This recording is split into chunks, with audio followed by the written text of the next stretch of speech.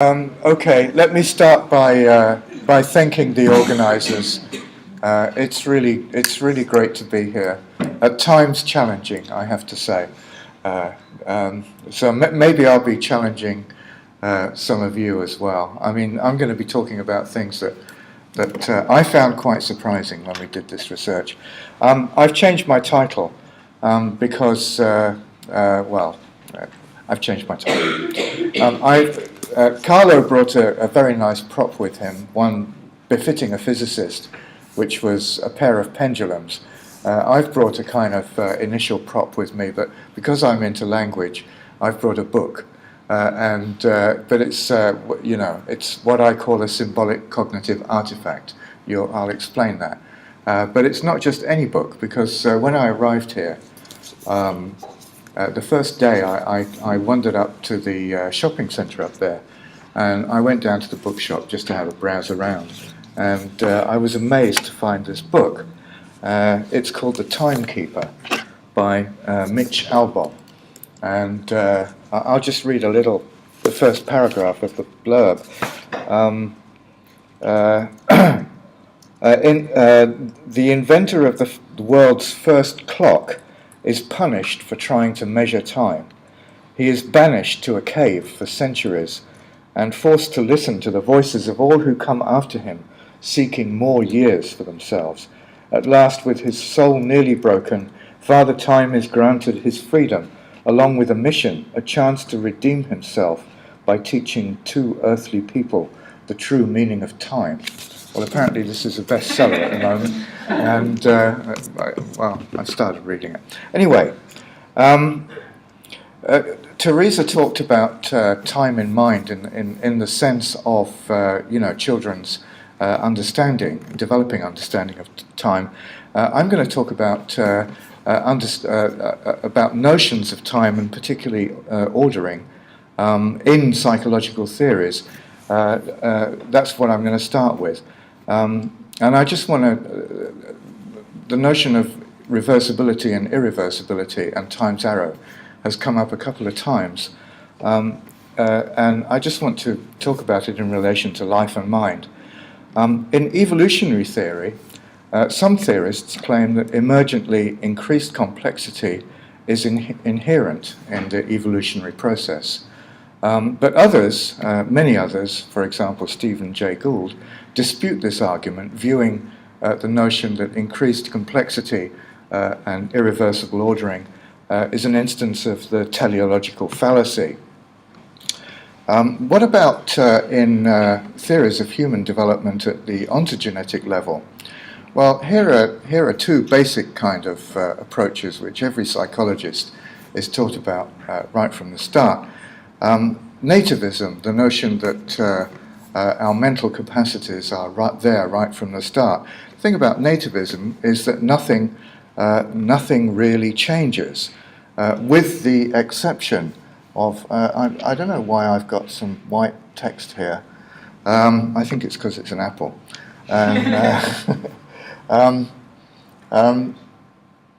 So in nativism, nothing really changes, except there is this notion that there are critical periods for the development of certain capacities, such as language.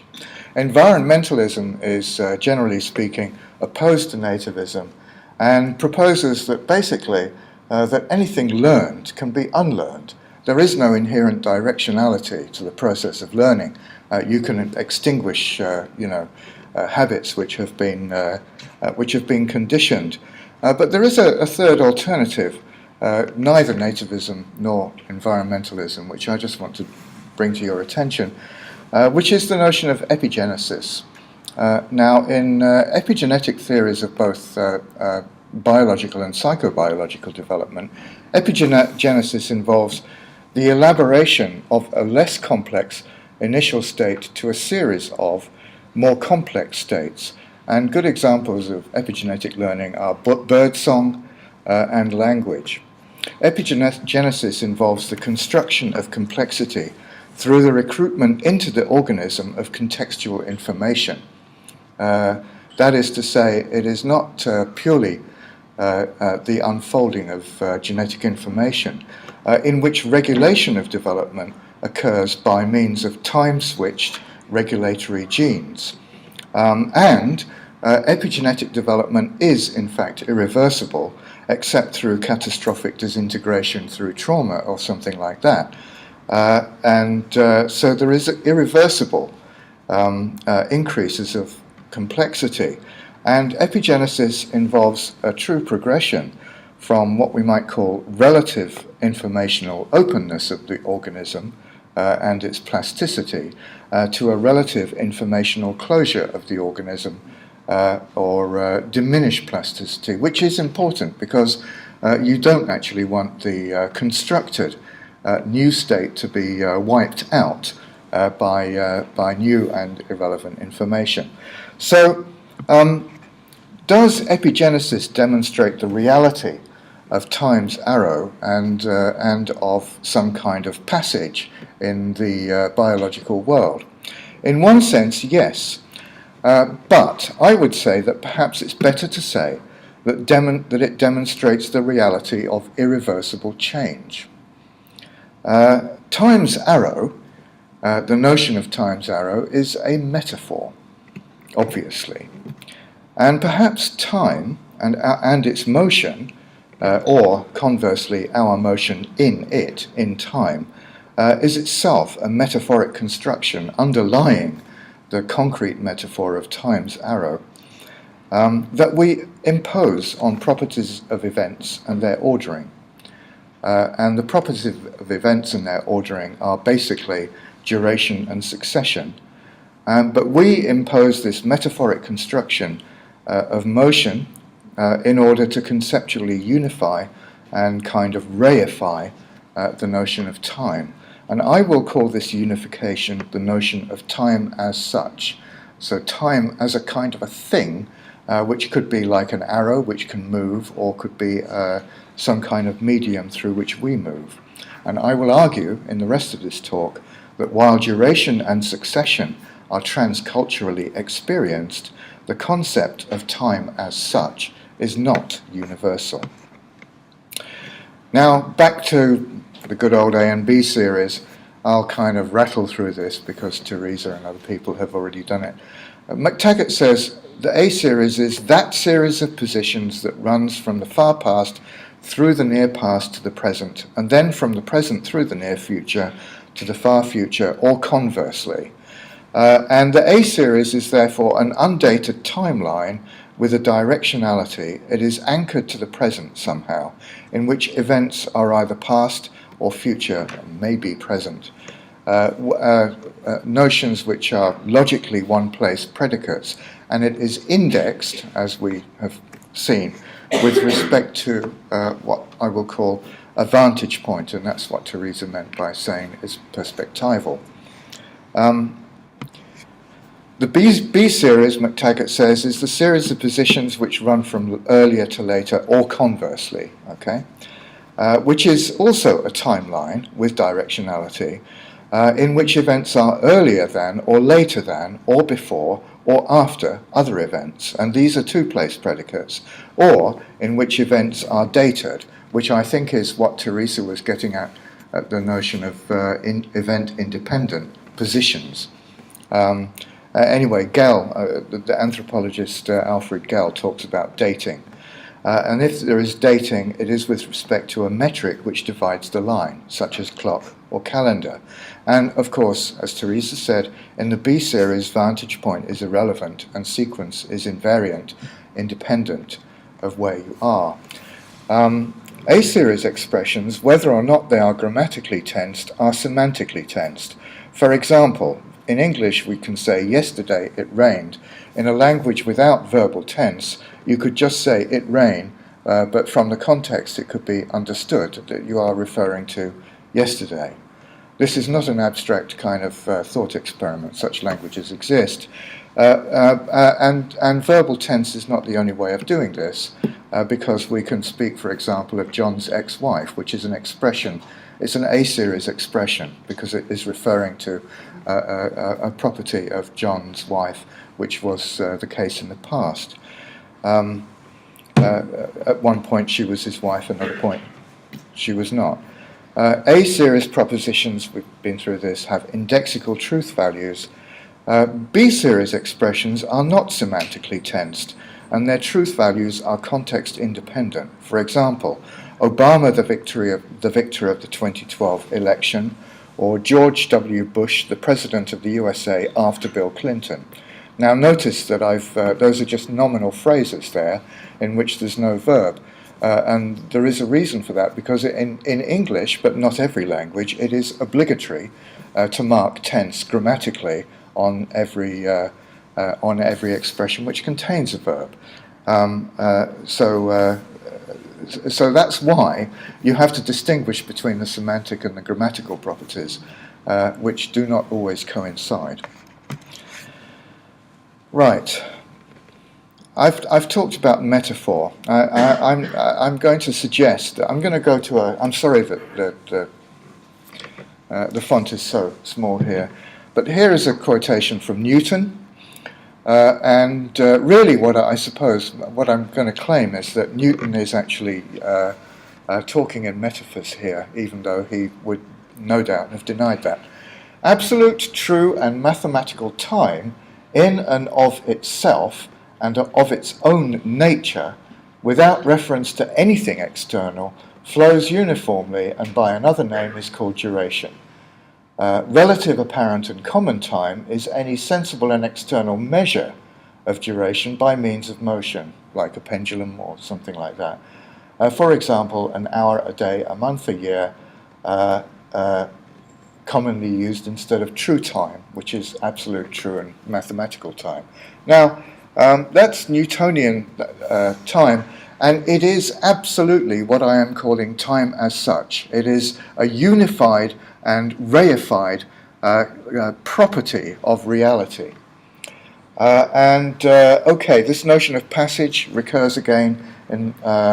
Here's somebody wrote a Wikipedia entry on Mctaggart, which talks about the passage of time in which the future passes into the present, or the present advances towards terms ever farther in the future.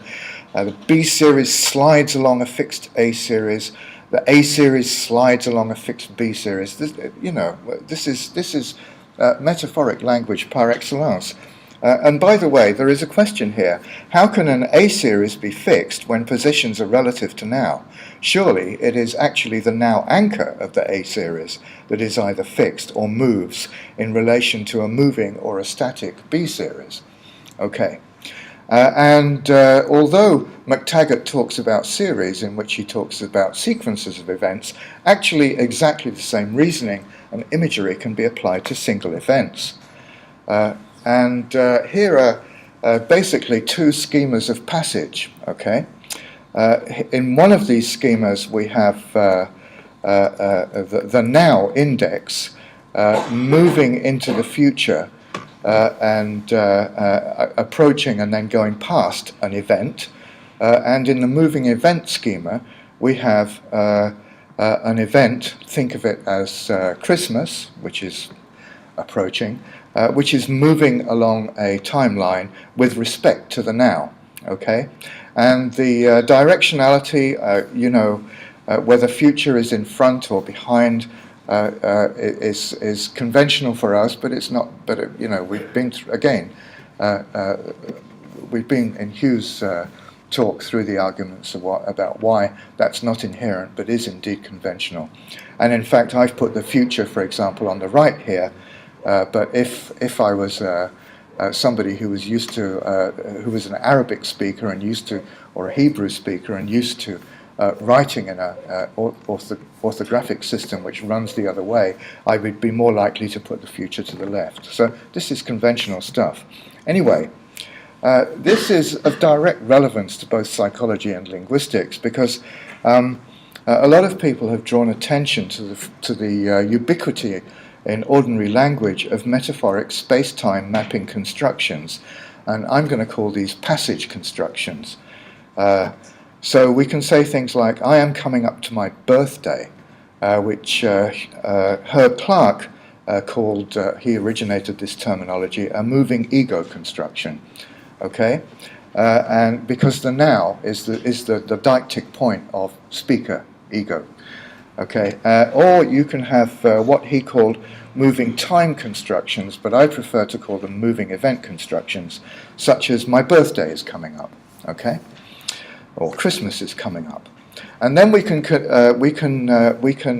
distinguish these from what we might call positional constructions, such as my birthday is before Christmas, leaving aside the issue of cyclicity and repetition. And for us, in both passage and positional schemas, the future is before us, but not for the Aymara people of the Andes, and apparently not for the ancient Greeks. Now, I'm now going to talk about time intervals. The Mctaggart theory views events as positions that are effectively instantaneous one-dimensional points in a series. But events, of course, not only have succession relations with each other, they also have duration. They are two-dimensional segments, if you like, of the timeline. And any such timeline segment can be designated as a time interval. Okay, so this is, of course I've forgotten the terms that Teresa used, but she did. I think this is phase versus point, or something like this, point versus phase. And I'm going to say now, again, similar distinctions to the ones that Teresa has used. There are two kinds of time intervals: event-based time intervals and time-based time intervals. While time-based time interval might sound like a kind of oxymoron, but I think you'll see what I mean. Event-based time intervals are those whose boundaries are constituted by the event itself. In this sense, there is no cognitive differentiation between the time interval and the duration of the event or activity that defines it, and from which, in general, the lexicalization of the time interval derives. The reference event is often natural, such as spring, like let's take a holiday in the spring, but sometimes conventional, like let's discuss this during coffee break. Time-based time intervals are,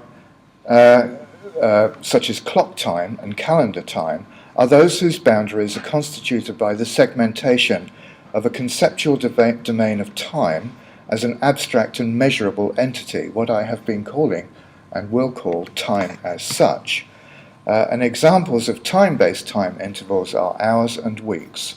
Although time-based time intervals are based upon natural astronomical cycles of events, they are conventional, and their duration is determined by division and counting in a number system. And as probably many of you know, our time-based time interval system can be derives all the way back to the ancient Babylonians. Calendric systems can be considered as instruments. That's how I want to see them, as instruments which divide the substance of time as such into quantitative units, and which have a recursive structure in which different time interval units are embedded within each other. They are cyclic, and they depend upon numeric systems. Now, I am going to say that calendars, for example, and clocks are symbolic cognitive artifacts, which I define as those artifacts which support conceptual and symbolic processes in specific meaning domains.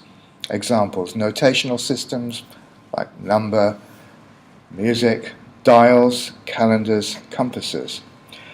Cultural and cognitive schemas, this is my claim, which organize, for example, calendric time, can be considered as dependent on and not just expressed by cognitive artifacts. You need to have the calendar to think in calendric terms.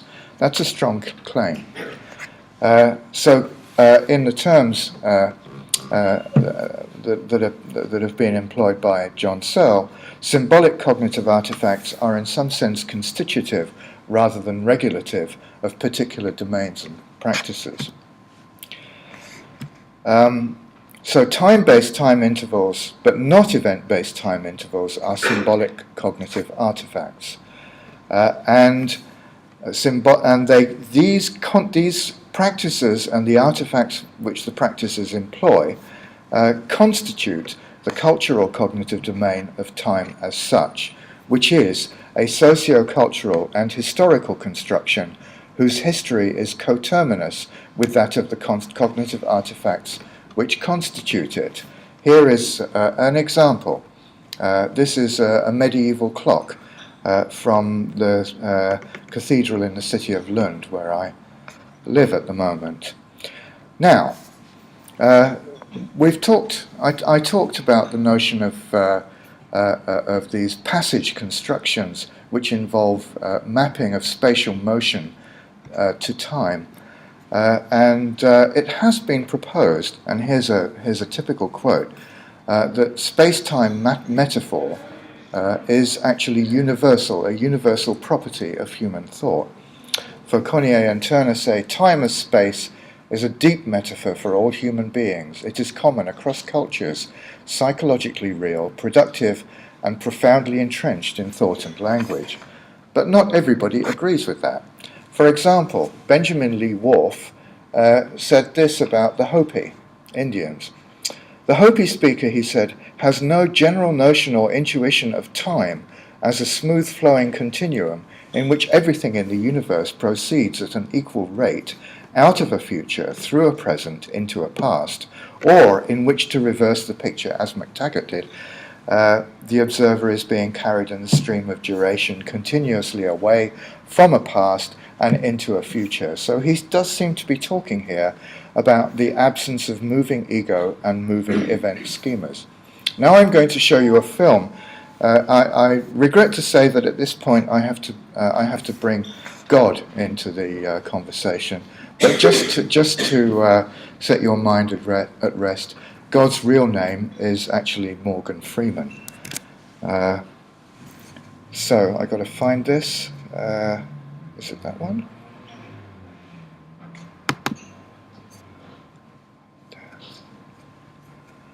Oh dear, now I've lost it. Yeah, I'm down on the bottom left, but it's got no names attached to anything. The hat is the movie players. The cone. The VLC? Yeah, the VLC is. That I see a small version of it there. Yeah, that's it. One up. Uh-oh. No, one up. It's this. Oh yeah, it's got a star. There it is. Yeah, that's what I'm looking for. Okay, and now we make it a little. Yeah, full screen. There we are. The ancient Greeks and Egyptians thought of eternity as a place outside of time. They saw time as a giant circle, mirroring the passing of the seasons. But today we've rolled out the circle of time into a line stretching from the distant past to the far future. Now we are forced to contemplate whether this timeline has an end or whether it can stretch on forever. But perhaps the riddle of eternity is something we've created in our heads. Anthropologist Vera da Silva Sinha and linguistic psychologist Chris Sinha spend their time thinking about how people think about time. We have very large-scale, complex societies.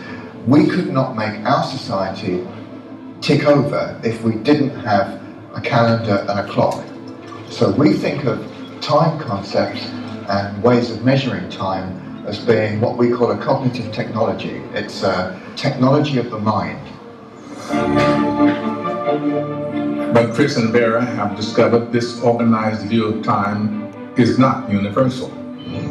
It's an insight they gained from studying the language and culture of an indigenous Amazonian tribe called the Amondawa. The Amondawa people live in Rondônia, the state of Brazil. They were contacted by the Brazilian government in 1984. The Amondawa tribe does not live by a calendar and they don't use clocks. In fact, there isn't even a word for time in their language.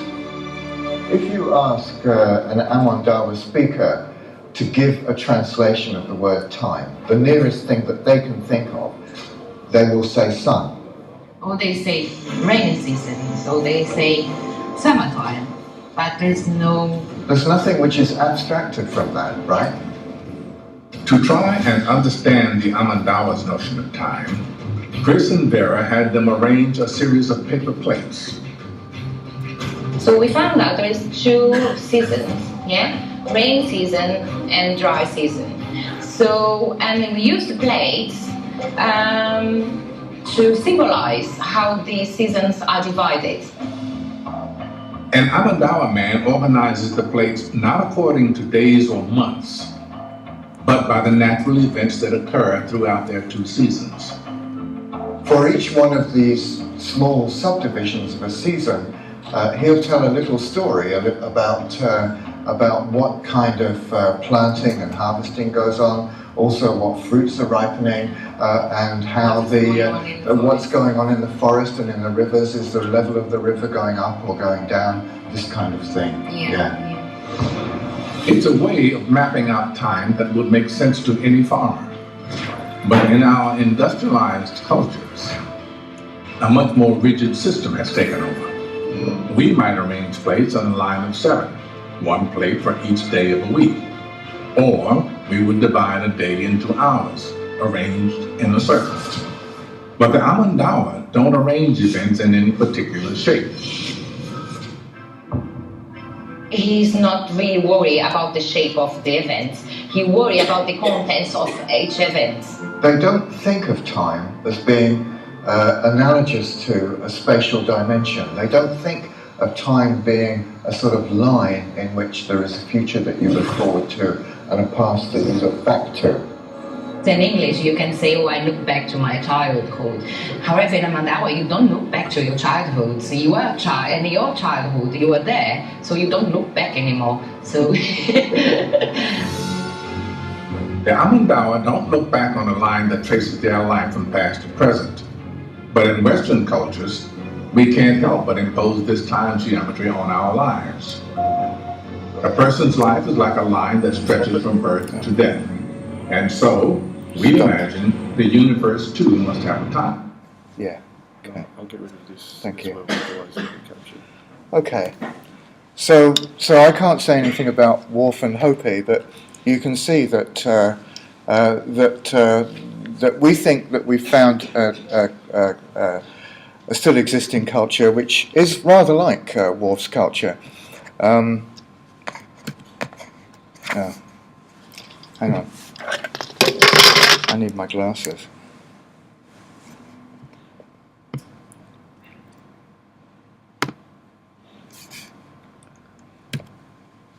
All right, so I will continue to talk about this for as long as I've got, basically.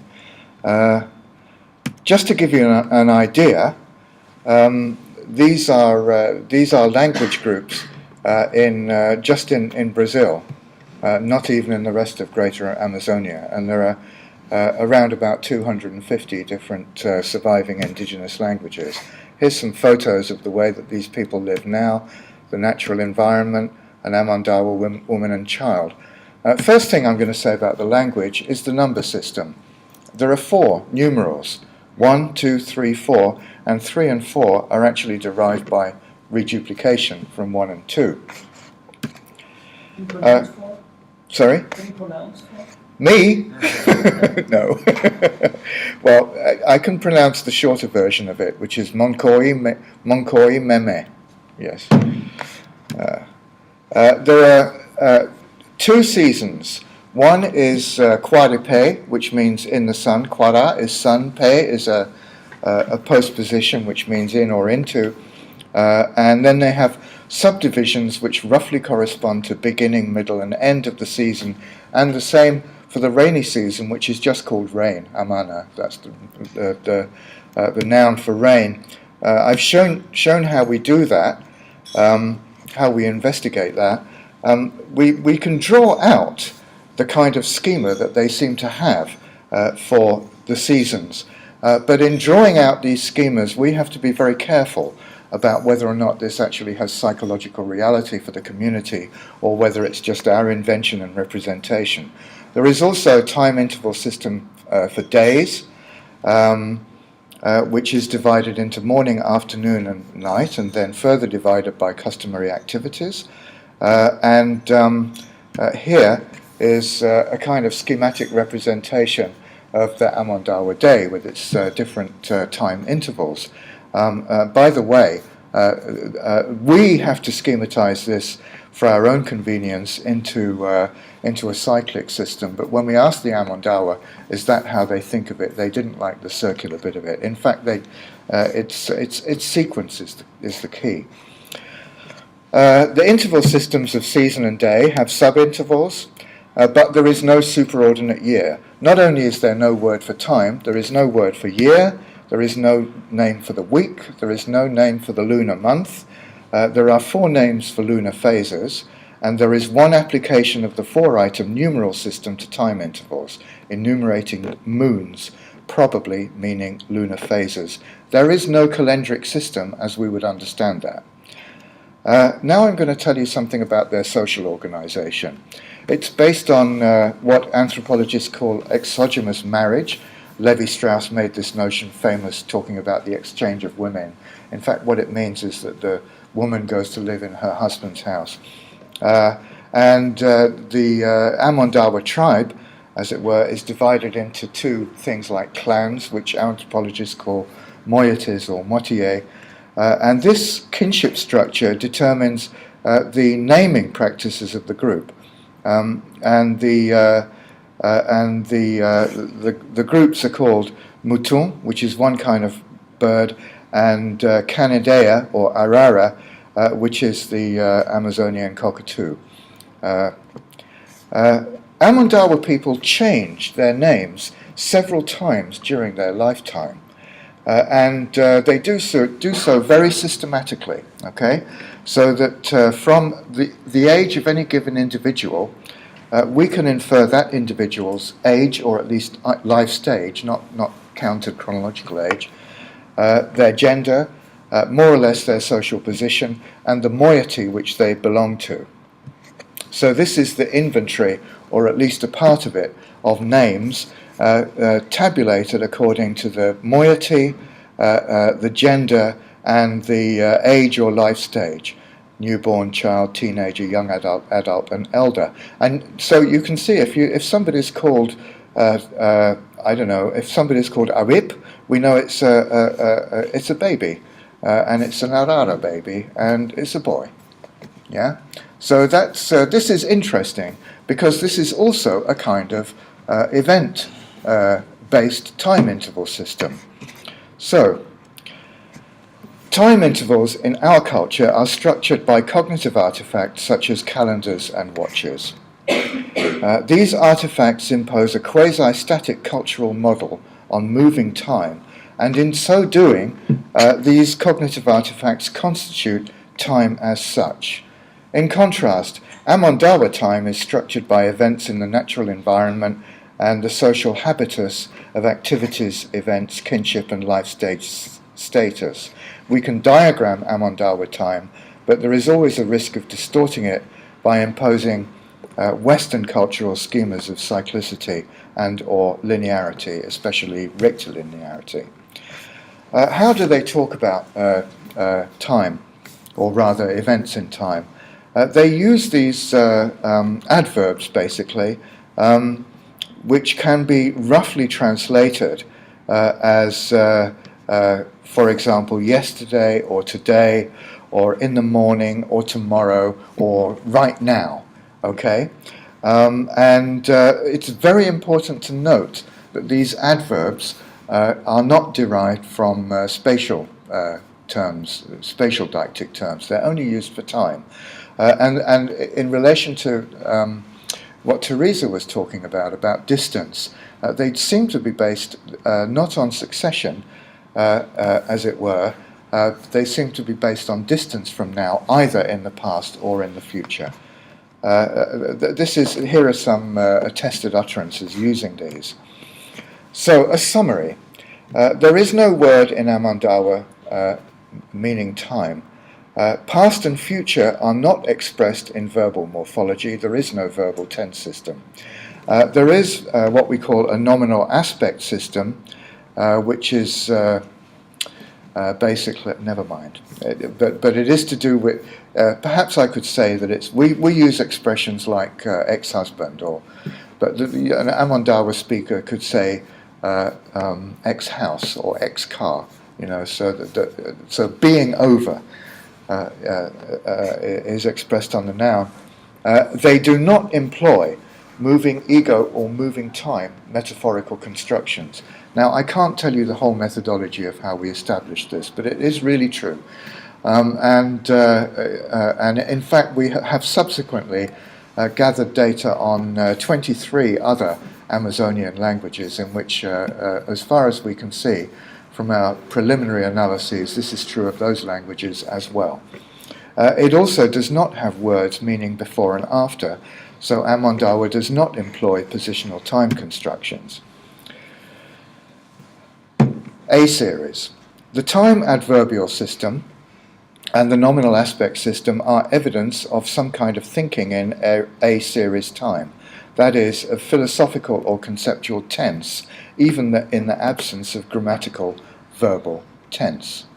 So Amondawa is not a language or culture without time, and Amondawa people do not live in an eternal present, let alone an eternal sunshine of the spotless mind.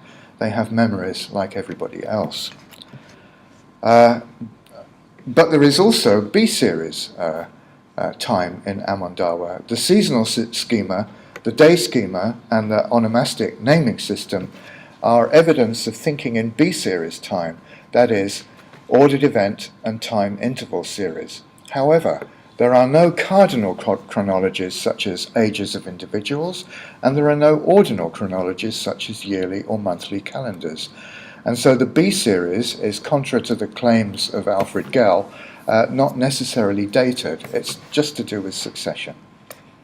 Here is a quote from one of my favorite phenomenological philosophers, Maurice Merleau-Ponty. Merleau-Ponty says, "The body is our general medium for having a world. Sometimes the meaning aimed at cannot be achieved by the body's natural means. It must then build itself an instrument, and it projects thereby around itself a cultural world." And my claim is basically that this cognitive technology, or these symbolic cognitive artifacts, which Amondawa people which we do use, are actually exemplifications of this process of projecting around ourselves a cultural world in such a way that we kind of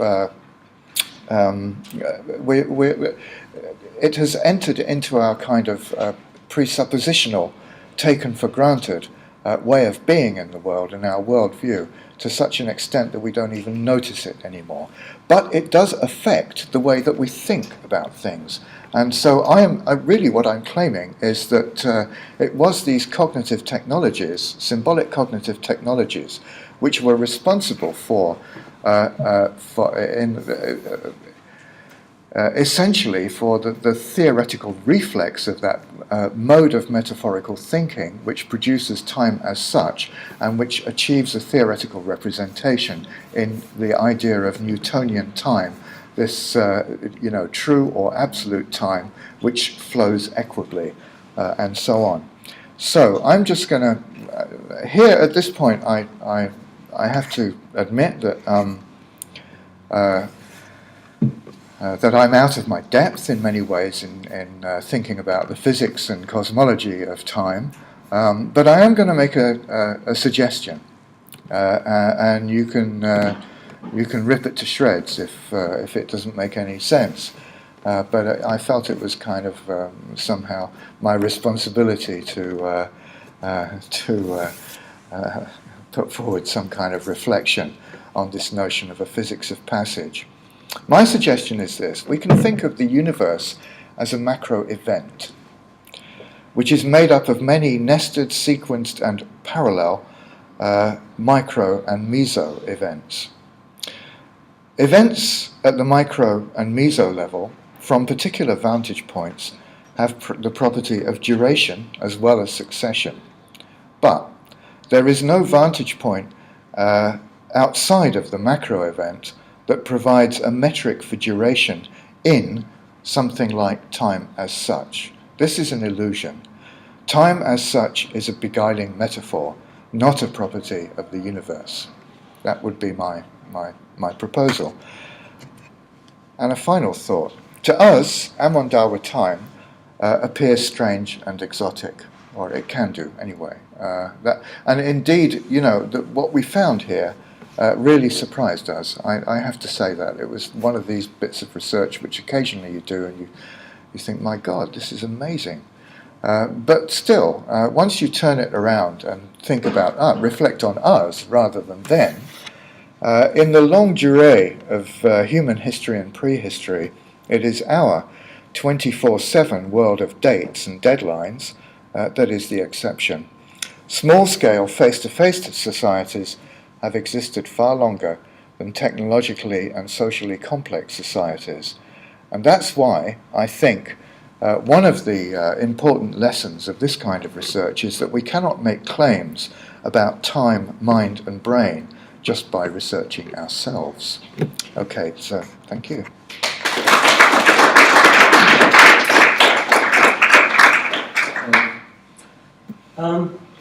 I start by reminding everybody that today is a 12-12-12, and certainly this is a meaning in this.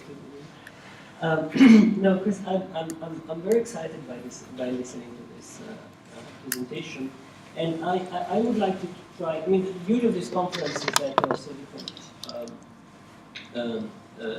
so diverse input from diversity. But perhaps we shouldn't just listen to one another. And let me try. I, as a theoretical physicist, as a relativist who work in relativity, I have a couple of immediate reactions to what you say, because it sounds to me resonating enormously, what you say, to my philosophy, whatever it is, my bad philosophy, whatever it is, but especially to my physics. And both your points. Somehow you have a smaller point and a larger point. The smaller point is that time as such, what you call time as such, has this cultural connotation, which is strong and remarkable, and it's not so difficult to get out of it. It's sufficient to go to Brazil in a sense.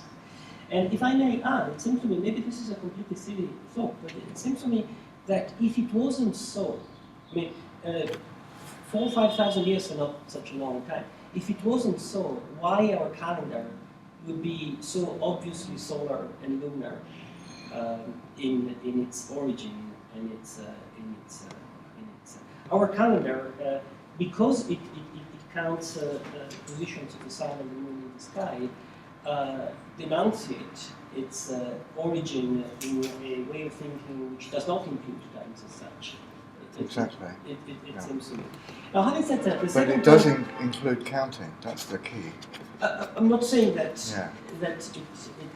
it's not based on something more, but it's grounded on something which is what we call just the sequence of events, and it puts its bits on it.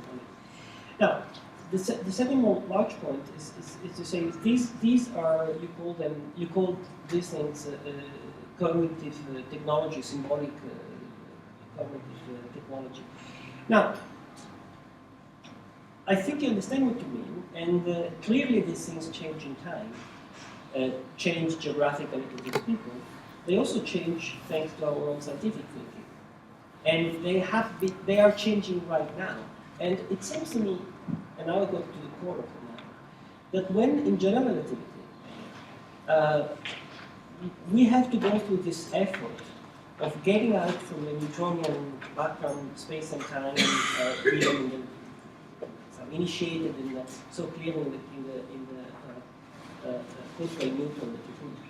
And we go to a different description of temporality, where time is explicitly given, duration is explicitly given as an integral of value of G mu in the gravitational field, we are very much undoing the use of this particular cognitive technology, which of course I suppose is nothing else than trying to construct another one, a more sophisticated one. It's not that we do without technology, cognitive technology, we just elaborate try to elaborate a more powerful one that doesn't have the limitations of the previous one, which become apparent when we go out from a domain of experience where that previous one seemed to work very well.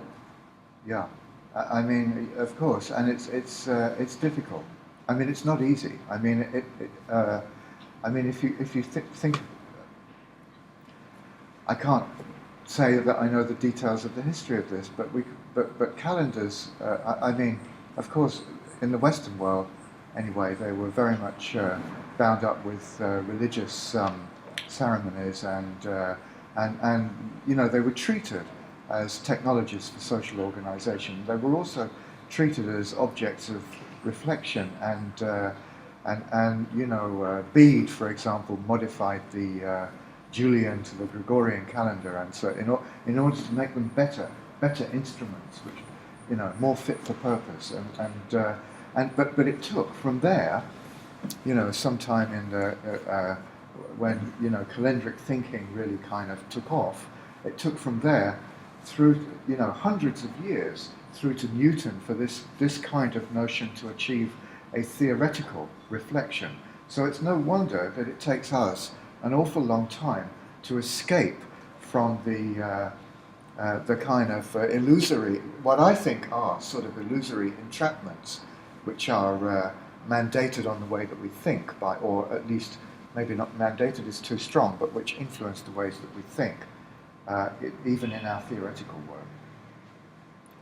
Christoph?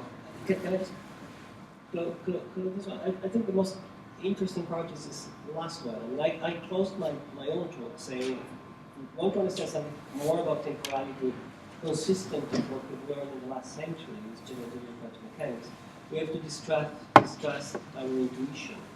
Our intuition being an enormous part, including this cultural aspect that you're referring to. So I think we are saying similar things. Yeah. That's not. Yes, I have two questions about the A-series and about the Amondawa. First, you said at the beginning of your talk that the direction of time from past to future, from future to past, is conventional. Yes. But if you consider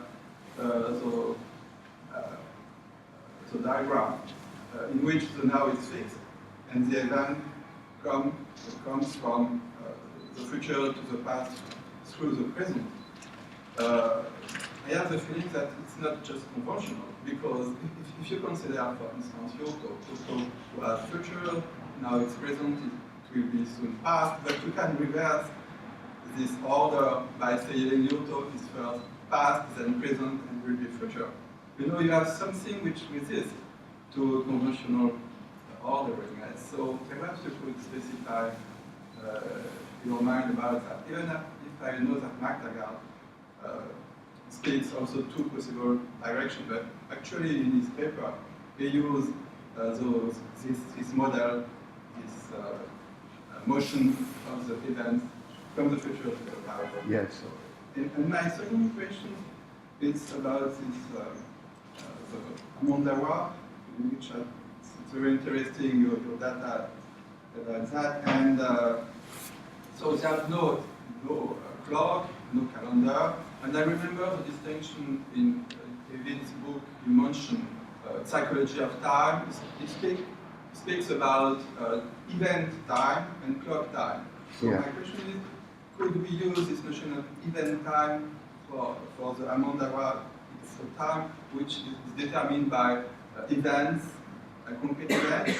And my question is very simple. If the Amondawa want to organize a marriage, how does they schedule such event? Or if they want to meet each other in the day, I don't know if there is a meeting of the village. How they say, okay, we will meet they can say at 10 or at 5 o'clock. So how do they manage the minimal organization?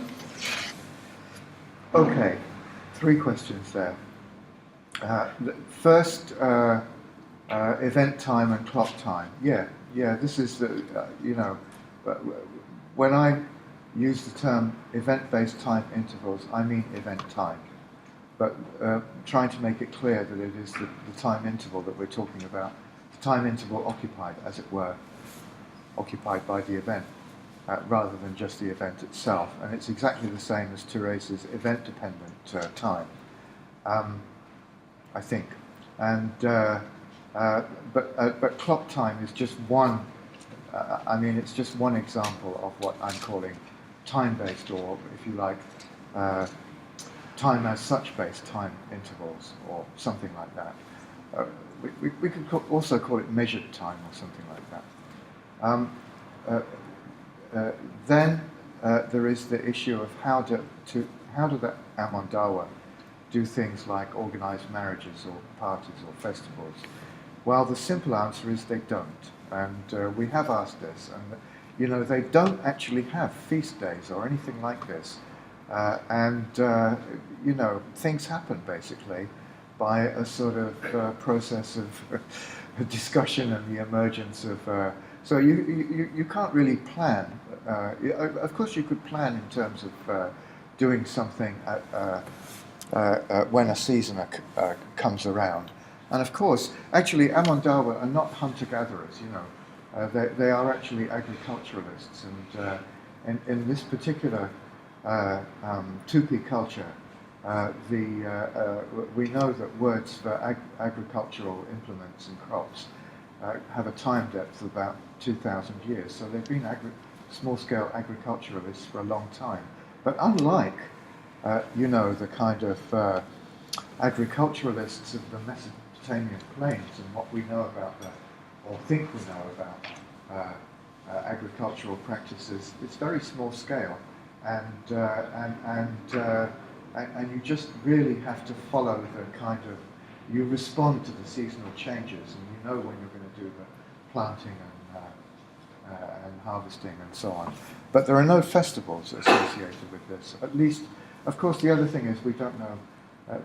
Might there have been such things in the past? I don't know.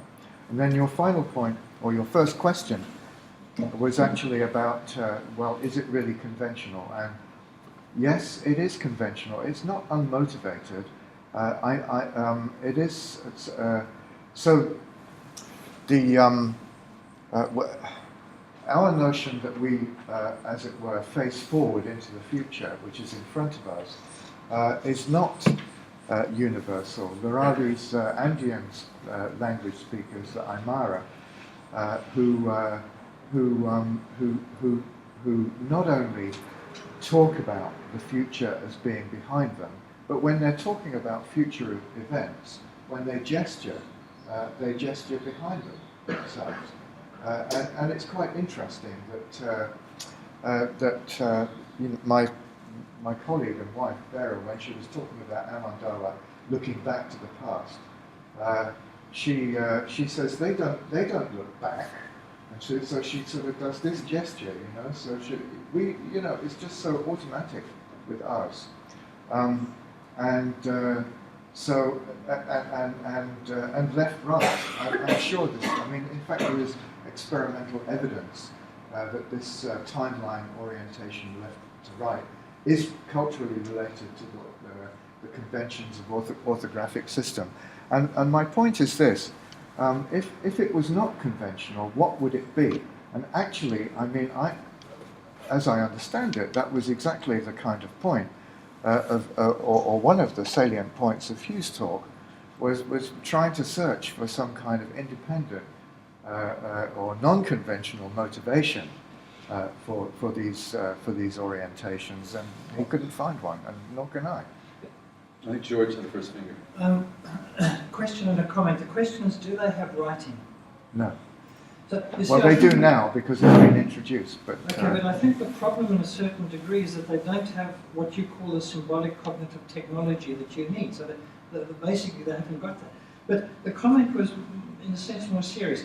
You had a quote at the beginning saying something like, the time is a metaphor construction we impose on events, okay? The metaphoric construction we impose on events. My view is quite different. I think it's a pattern of relations we recognize in events. And so it's a question whether we impose it or whether we recognize it. And I think we recognize it rather than imposing it. Now, and I think that recognition goes way back before we have any language. And just for example, animals have biological clocks that are circadian mechanisms that are built in through the process of evolution. That's a way of recognizing the process of time. Long before you have any sort of language or anything like that. So I think that one can recognize patterns rather than saying we impose the patterns.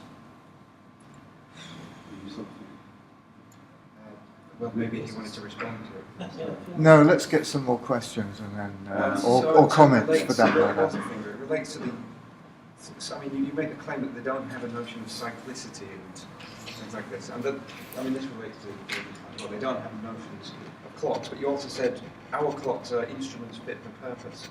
So that the clocks they have are seasonal changes, developmental stages of their growth and these kind of things. Absolutely. And they're perfectly fit for their particular purpose. Absolutely. They haven't really needed to develop anywhere beyond that. And on the notion of cyclicity, I mean, they must have a notion of cyclicity built in to prepare for these agricultural changes. Otherwise, you have to be saying that they're just doing what hibernating animals do or something like that. And reacting on reflex or something. It can't be. No, they're not reacting on reflex. No, what they of course, they have a notion of repeating sequence. But I do think it is sequence that is the key to this, and not it's because cyclicity. I mean, it is to do with this notion of the wheel, and of course, being a indigenous American culture, they didn't have wheels, and although the Aztecs, of course, did have a wheel of time, even though they didn't have the transportation technology of the wheel. But in fact, we tried it. We showed the Amondawa people this thing which Vera and Bunny, who did most of the field work, they showed them this plate with the times of day marked on it, and they said, "Does this look like how you think about it?" And they said no. They said no because it's not really round, and they do think of it when they turn it into space. They turn it into something which is a line, but it's not a straight line. It doesn't have to have a rectilinear shape. So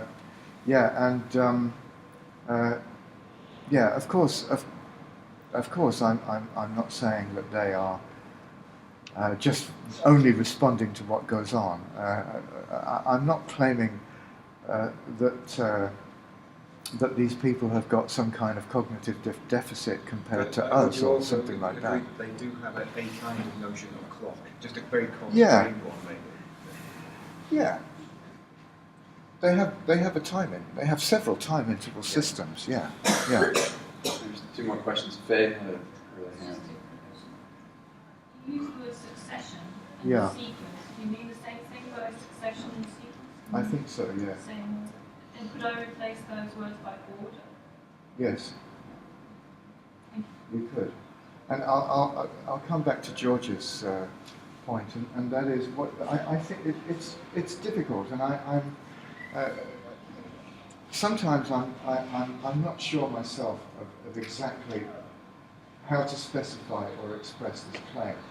So I'm not claiming that it's not such a crude claim as there is no such thing as time. All right. Nor do I say that this has the implication that we have to accept the block universe or something like that, even if I was qualified to make such a claim. What I am saying is this, is that my own hunch, hypothesis, is that the two fundamental properties of events, which are temporal, are duration and order. Okay, and that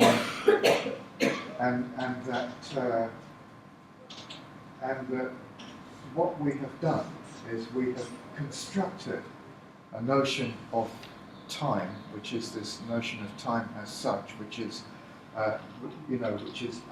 which stands outside of events, and events are in it, and moving in it. And that construction is something which we then impose, okay? So that's really my claim. This notion of time as such is really an artifact of our ways of thinking and talking, which have been supported by our practices using certain, cognitive artifacts. So that's what I'm claiming. That's what I think is unreal. Well, I'll pursue it with you later, but I think it's the question. We can ask a similar question about mathematics. Do we construct mathematics, or do we recognize and discover mathematics, which is a kind of parallel? I don't think I'm the person to ask that question. Nick has the last question. Yeah, you just made it sort of more complicated. So I was thinking about the Newton, the quotation from Newton. So I think a little more in context, what he's thinking there is about specific, particularly astronomical measures of time, and how people realize all of them have to be corrected. Right? It's always possible that there's you're not looking at a closed system. There's some external perturbation that's messing up this motion of the Earth around the Sun as a time system. We can move to something better. Well, the end point of that thought, I think, in Newton, or part of it is, but look, if we actually just go, why do we think we can correct it? Is because, well, we think we can put in the force into the laws. So there's sort of a sense in which, say, if I knew exactly how it would move, I could then use the laws to work out exactly how long. Right? So, to put it back into this broader point about, whether it's a convention or not, I was thinking maybe this was going to find some sort of common ground into the last comment.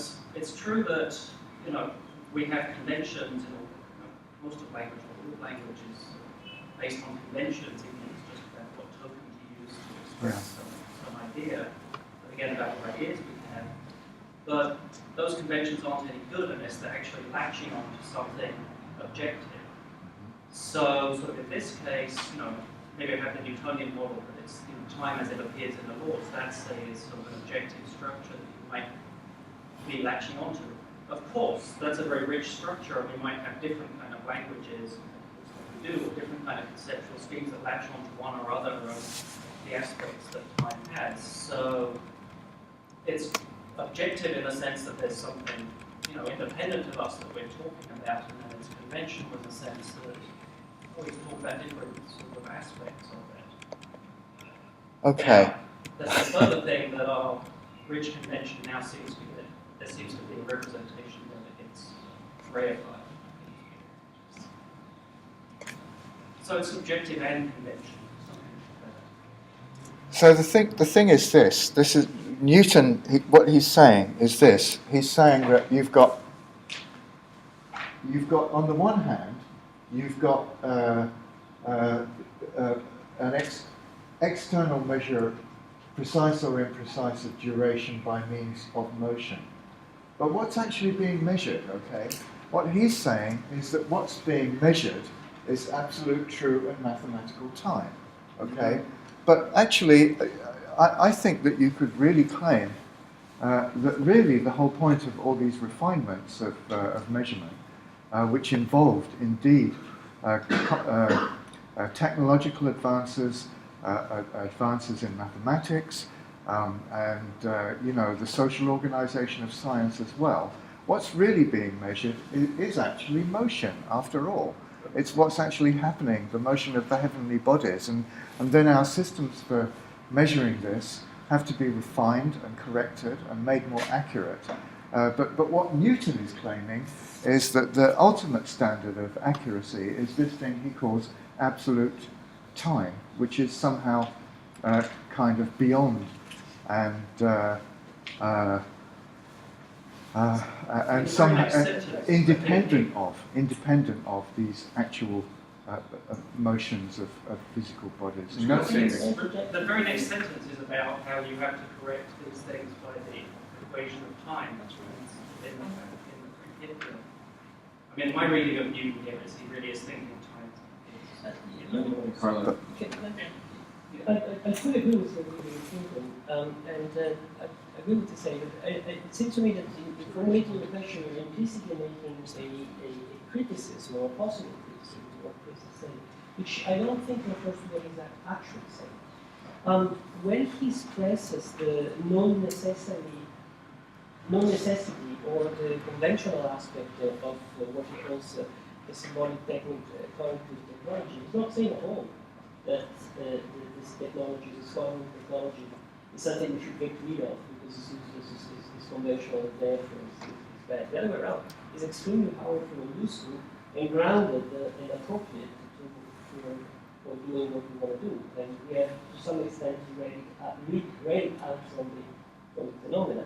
What he's saying is careful, because once we've done that, then we are strongly pushed to take it for granted and for sure, and confuse it for something that we know for sure about the nature of things because it's ingrained in our own way of thinking, or to think that it's sort of hardwired in our brain 100,000 years ago.